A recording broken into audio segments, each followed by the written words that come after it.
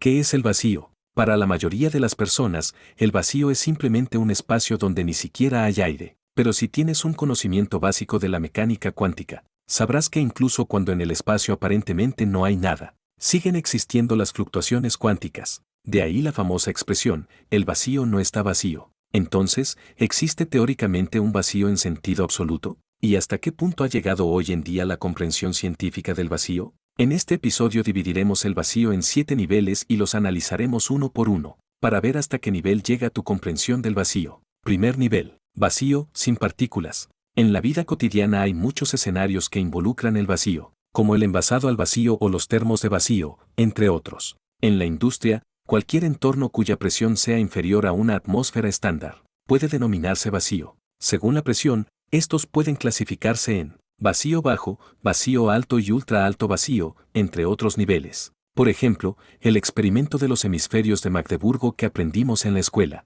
Esa esfera metálica que ni siquiera muchos caballos podían separar, contenía en su interior un entorno de alto vacío. En la imaginación de la mayoría de las personas, si extraemos todo el aire de un recipiente sin dejar nada, eso debería ser un verdadero vacío. Pero este tipo de vacío solo significa que no hay aire, no que esté realmente vacío de todo. Del mismo modo, solemos equiparar el espacio exterior, más allá de la atmósfera, con el vacío, pero en realidad, en el espacio aún existen rayos cósmicos y diversos tipos de radiación y partículas. Al menos, el hecho de que puedas ver luz demuestra que allí debe haber fotones. Incluso si aíslas toda la radiación externa, incluida la radiación de fondo de microondas cósmica, el propio recipiente seguirá emitiendo radiación, porque mientras no esté a temperatura cero absoluto, todo objeto, en teoría, emite radiación térmica. Así que, si existiera un entorno ideal completamente cerrado, sin una sola partícula en su interior, y que además no produjera ninguna radiación por sí mismo,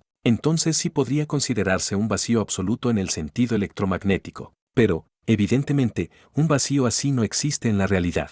Segundo nivel. El vacío no está vacío, partículas virtuales. Aunque en la realidad no existe un vacío en el sentido electromagnético, supongamos que existiera un lugar con ese tipo de vacío. ¿Realmente no habría nada dentro? Por supuesto que no. Aunque no haya partículas reales, sí existen partículas virtuales. ¿Qué son las partículas virtuales? Independientemente de cuánto sepas sobre mecánica cuántica, seguro que has oído hablar del principio de incertidumbre de Heisenberg. Puede decirse que es uno de los principios más fundamentales y esenciales de la mecánica cuántica. En pocas palabras, afirma que para ciertos pares de magnitudes físicas, como posición y momento, o tiempo y energía, es imposible conocer simultáneamente sus valores exactos. Tomemos la posición y el momento como ejemplo. Cuando medimos con precisión la posición de una partícula, su momento no puede medirse con exactitud. Y viceversa. Cabe destacar que esta imposibilidad no se debe a limitaciones tecnológicas, ni a algún tipo de restricción artificial, sino a que es teóricamente imposible. Por eso el nombre de este principio pasó de principio de indeterminación a principio de incertidumbre. De un mismo modo, para el par tiempo-energía, tampoco podemos determinar ambos con precisión simultáneamente. Si restringimos el tiempo a una escala extremadamente corta, la energía se vuelve altamente indeterminada. Este fenómeno también se aplica al vacío. En intervalos de tiempo muy breves, la energía del vacío puede no ser cero. Parte de la energía puede surgir de la nada, manifestándose como la creación aleatoria de un par de partículas y antipartículas en el vacío. A estas partículas creadas de la nada las llamamos partículas virtuales. ¿Por qué se llaman virtuales? Porque solo existen en el papel. Es decir, durante los cálculos se descubre que, si se supone la existencia de dos partículas, la descripción de todo el proceso resulta mucho más sencilla. Además, lo crucial es que estas dos partículas se aniquilan entre sí muy rápidamente, y la energía que apareció de la nada regresa al vacío, como si nada hubiera ocurrido. Esto es lo que se conoce como fluctuaciones cuánticas del vacío. De aquí podemos ver que la conservación de la energía no es una ley absolutamente rígida, sino que se cumple más bien en un sentido global. Así que, a nivel macroscópico, el vacío es simplemente un espacio sin partículas, pero a nivel microscópico está lleno de partículas virtuales producidas por fluctuaciones cuánticas. Por eso decimos que el vacío no está vacío. Tercer nivel. El vacío no está vacío, campos cuánticos. Puede que te preguntes, ¿las partículas virtuales no son solo entidades hipotéticas usadas en cálculos? ¿Se puede decir que realmente existen? Exacto. Las partículas virtuales son solo un concepto intuitivo imaginado. No son partículas reales en el sentido estricto, pero desde el punto de vista de su significado físico, Las interacciones que implican son absolutamente reales, porque los efectos que las partículas virtuales producen sobre las partículas reales pueden detectarse de manera directa y tangible. Por lo tanto, se puede considerar que las partículas virtuales existen realmente, solo que no en la forma que solemos imaginar. De hecho, cuando la mecánica cuántica avanzó a una etapa más madura, los físicos ya habían combinado la mecánica cuántica, la relatividad especial y la teoría clásica de campos, dando lugar a una síntesis llamada teoría cuántica de campos. En la teoría cuántica de campos, tanto las partículas virtuales como las reales pueden verse como ondulaciones que aparecen en los campos. La diferencia es que las partículas reales pueden existir de forma estable y propagarse, y pueden detectarse directamente, mientras que las partículas virtuales son efímeras, aparecen brevemente y desaparecen enseguida. Solo podemos confirmar su existencia a través de fenómenos indirectos. Así que, desde la perspectiva de los campos cuánticos, tanto si hablamos de partículas reales como virtuales, el vacío siempre va acompañado de algo, los campos cuánticos. Cuarto nivel. El vacío no está vacío, vacío relativo. Así como en la relatividad no existe un tiempo absoluto, para el espacio, el vacío quizá tampoco sea absoluto. Con la maduración de la teoría cuántica de campos, los físicos comenzaron a considerar cómo integrar la relatividad general en ella.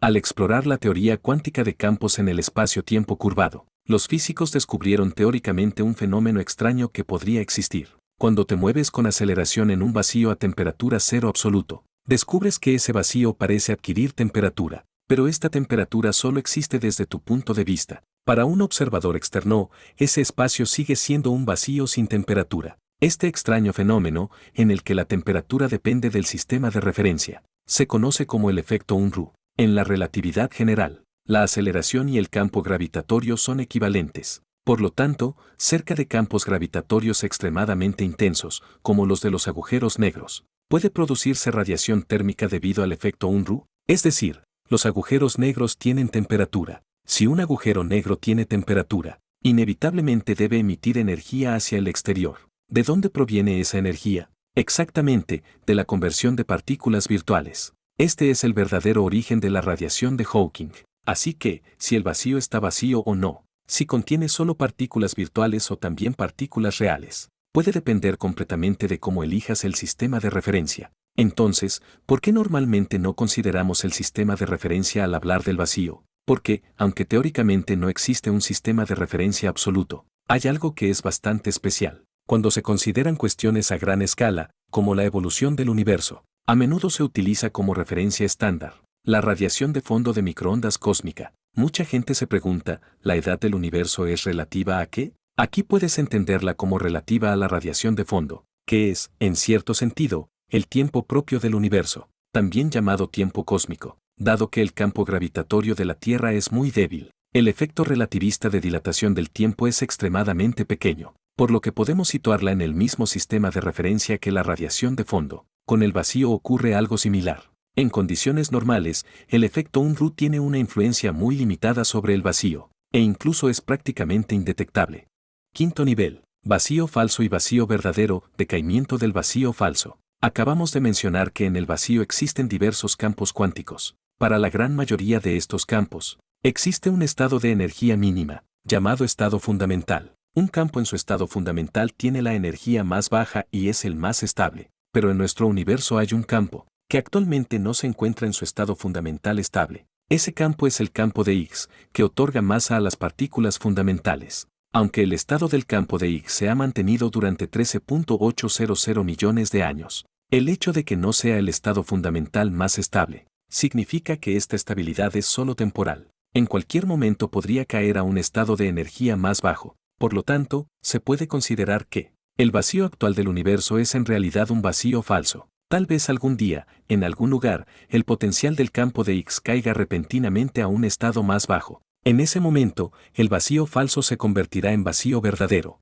y esta transición se propagará en todas direcciones a una velocidad cercana a la de la luz. Este fenómeno se conoce como decaimiento del vacío falso. El decaimiento del vacío es algo parecido al efecto de la lámina bidimensional, en el que todo el espacio colapsa hacia dos dimensiones a la velocidad de la luz, y no se detiene. Pero a diferencia de la lámina bidimensional, el decaimiento del vacío haría que muchas partículas fundamentales perdieran su masa, todo en el universo se desintegraría, y toda la física sería completamente reescrita. En resumen, cuando el campo de Higgs caiga a un estado fundamental más bajo, el espacio se convertirá en un verdadero vacío verdadero. Sexto nivel. Vacíos diferentes, el vacío en la teoría de cuerdas. Aunque hoy en día la teoría cuántica de campos es suficiente para la mayoría de los casos, al enfrentarnos a problemas extremos, nos vemos obligados a depositar nuestras esperanzas en una futura teoría final, como una de las candidatas más destacadas a teoría del todo. La teoría de cuerdas, aunque muy controvertida, ha ofrecido desde el punto de vista matemático una nueva perspectiva para comprender el vacío y, de hecho, el universo entero. Durante los estudios iniciales de la teoría de supercuerdas, los teóricos descubrieron que nuestro mundo debería tener 10 dimensiones, pero según la relatividad, incluso contando el tiempo, solo tenemos 4 dimensiones. ¿Dónde están las otras 6? Cuando los teóricos de cuerdas se encontraban en un callejón sin salida, las variedades de Calabi-Yau propuestas por el matemático Xing-Tung Yau aportaron una solución brillante. Pronto publicaron un artículo titulado La estructura del vacío en la supercuerda. Los teóricos de cuerdas sostienen que el espacio de Calabi-Yau, construido a partir de estas variedades, tiene dimensiones diferentes a las del espacio tridimensional ordinario. Las dimensiones de Calabi-Yau tienen un tamaño finito y no pueden extenderse infinitamente. La razón por la que no podemos encontrar las 6 dimensiones adicionales es que están enrolladas en espacios de Calabi-Yau microscópicos tan pequeños como la escala de Planck. Todo parecía perfecto al principio, pero, como suele ocurrir, pronto surgió un problema. Las variedades de Calabi-Yau no son únicas. Actualmente se cree que su número, si no es infinito, es al menos un número astronómicamente grande. Estas diferentes variedades de Calabi-Yau darían lugar a espacios únicos con distintas leyes físicas. ¿A cuál de ellos pertenece nuestro universo? Nadie lo sabe. Este extraño resultado de la teoría de cuerdas parece sugerir, desde otro ángulo, que el multiverso podría realmente existir. Por lo tanto, en estos diferentes universos, las leyes físicas serían distintas, incluido el propio concepto de vacío. Séptimo nivel. El fin del vacío, la nada. De hecho, incluso antes de introducir las variedades de Calabi-Yau, los teóricos de cuerdas ya habían descubierto que algunas dimensiones extra solo pueden existir a escala microscópica. Debido a la incertidumbre cuántica a esas escalas, estas dimensiones adicionales parecen no poder existir de forma estable. En 1982, en un artículo que analizaba la inestabilidad de los espacios de Kaluza-Klein, el futuro padre de la teoría M. Edward Witten, propuso un tipo de decaimiento aún más aterrador que el del vacío falso. Witten descubrió que, en el vacío descrito por la teoría de Kaluza-Klein, cuando las dimensiones adicionales se reducen por debajo de cierto umbral, el vacío colapsa en un punto, y en ese momento las dimensiones dejan de existir. Aquí es donde el vacío llega a su fin. A diferencia de la singularidad gravitatoria de los agujeros negros en el espacio-tiempo de 4 dimensiones, el punto formado por este decaimiento, aunque inicialmente es un punto, se expande rápidamente a la velocidad de la luz. Lo más extraño es que, aunque se expande, como ya ha perdido sus dimensiones, para nosotros, por mucho que crezca, sigue siendo un punto. Este es el aspecto verdaderamente aterrador del decaimiento del vacío de Kaluza-Klein. En comparación con la singularidad de un agujero negro, no solo pone fin al espacio-tiempo, sino que permite que ese final se propague hacia los alrededores. Y en comparación con el decaimiento del vacío falso, este proceso no cambia el estado del vacío, sino que lo elimina por completo. Si el espacio creado por el Big Bang es solo el espacio que conocemos en un sentido restringido, entonces el fin del espacio significa que incluso cualquier forma de espacio en el sentido más amplio dejará de existir. ¿Será esto lo que se conoce como la nada absoluta?